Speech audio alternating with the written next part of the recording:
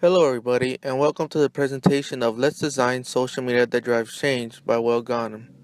And in today's presentation, it will be narrated by Vicente Espindola, which is me, Maria Healy, and Abraham Alvarez. But before we get into the presentation, we must first know who Will Ghanem is. Will Ghanem was born in Cairo, Egypt, and grew up in Abha, Saudi Arabia until he was 13 and moved back to Cairo. As he grew up, he attended Cairo University and earned his bachelor's degree in computer engineering, and as of 2010, he became a computer activist in the Arab Spring, in which will be talked about later on in the presentation. Lastly, he also has an interest in social entrepreneurship. Now, in the TED Talk, Let's Design Social Media That Drives Change, his intended audience is targeted towards three different groups, in which are social media activists, for them to get tips on how to make a movement successful by seeking his flaws and mistakes. Internet users, for them to take a stand and speak out and make their voices and others heard. And lastly, current and future web developers, in which advises them to construct and make safe websites and programs that are hate-free. So in the presentation that Will Ghanem gave out, it will be considered a public lecture.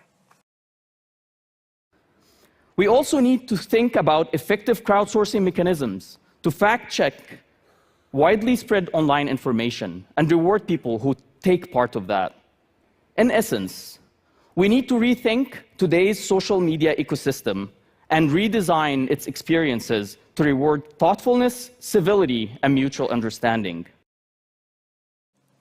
Lastly, the main argument that Will Ghanem presents is that he has no doubt that the internet platform is a powerful connection towards others, but it can only be perfected if it could also bring civil and thoughtful conversations back to social media. Before getting deep into the analysis of this TED Talk, it is important to understand what was going on during this time. The historical context of this TED Talk dates back to the early 2000s when Arabs were flooding the web in hope to find knowledge, opportunity, and to connect with the rest of the world, hoping to make them aware of all the injustice taking place. In 2009, Well, just like many Arabs at the time, was living a virtual or alternative life on social media, escaping from all the political realities. Up until 2009, Well was completely apolitical, until he saw that more and more Egyptians were aspiring for political change. It was at that point when Well realized he was not alone. In 2010, while browsing through Facebook, Well comes across a photo that changes his life forever. Well runs into this photo of Khaled Said after being beaten to death by the Egyptian security forces. After seeing that horrifying picture, Well could only think to himself, I could have been Khaled. Well saw himself in Khaled not only because they were both young Egyptians, but also because they were both computer engineers. That night, Well decided to anonymously create the Facebook page, We Are All Khaled Said. On January 14, 2011, Ben Ali fled Tunisia, and Well saw an opportunity. So he created an event called A Revolution Against Corruption, Injustice, and Dictatorship. Well also posted a question to the 300 users on the Facebook page. Well posted, Today is the 14th of January. The 25th of January is Police Day. It's a national holiday. If 100,000 of us take the streets to Cairo, no one is going to stop us. I wonder if we can do it. As the protest becomes more massive, Zayn al-Abidine Ben Ali, Tunisia's president, was forced to flee the country, and in just a couple of days he announced that he would not stand another presidential term in 2014. On January 25, 2011, Egyptians flooded the streets calling for a change, breaking the barriers of fear and announcing a new era. Cairo, Egypt is hosting the biggest party in the world. After 30 years in power, Egypt's president Hosni Mubarak has resigned. and people in the streets of Tahrir Square, a focal point for almost 3 weeks of protests, erupt in jubilation.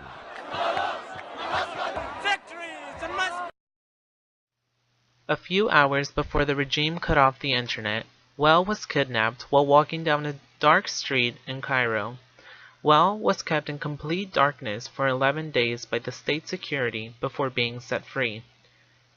During those 18 days of intense protest and riots, Mubarak finally stepped down. For those 18 days, Egypt lived a utopia and shared a belief that Egypt after Mubarak would be for all. Muhammad Osni El Sayed Mubarak served for almost 30 years of presidency, making him the longest-serving president of Egypt. But he soon stepped down on the 11th of February 2011 as the Egyptian revolution took place and accused him of corruption and abuse of power, and was sent to trial, resulting him to life imprisonment on June 2, 2012. The post-revolution events were purely toxic. The world Well had created was now a battlefield filled with lies and hate speech. Egyptians split into two groups, the army supporters and the Islamists. Both groups wanted you to side with them. You were either with them or against them. On July 3, 2013, the army overthrew the first democratically elected president, Mohamed Morsi. That day, Well decided to go silent. He remained in this silence for over 2 years. Well used this time to reflect on what had happened until finally he saw where it all went wrong. Well called these errors the 5 challenges of social media, which will be explained later during this presentation. Mohamed Morsi was the first democratically elected head of state in Egypt history.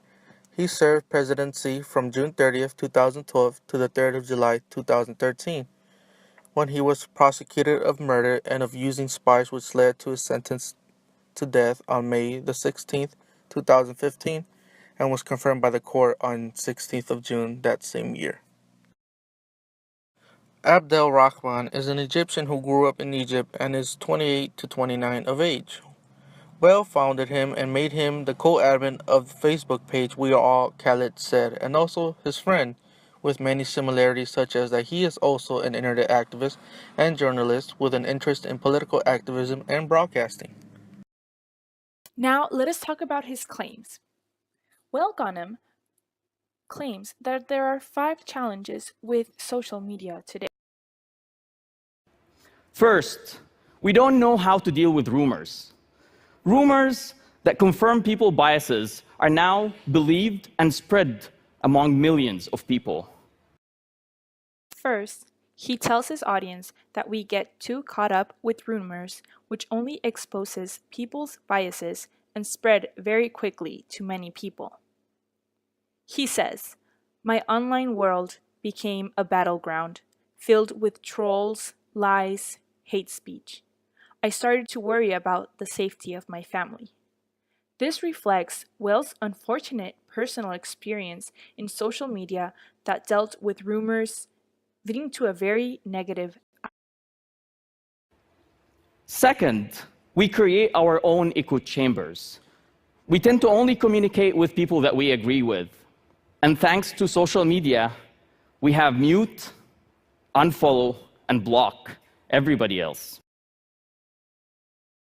The second challenge he describes is how the use of social media leads people to follow the people they want to follow, leading them to have a very close-minded perspective on many issues and not being able to think further and maybe change opinions.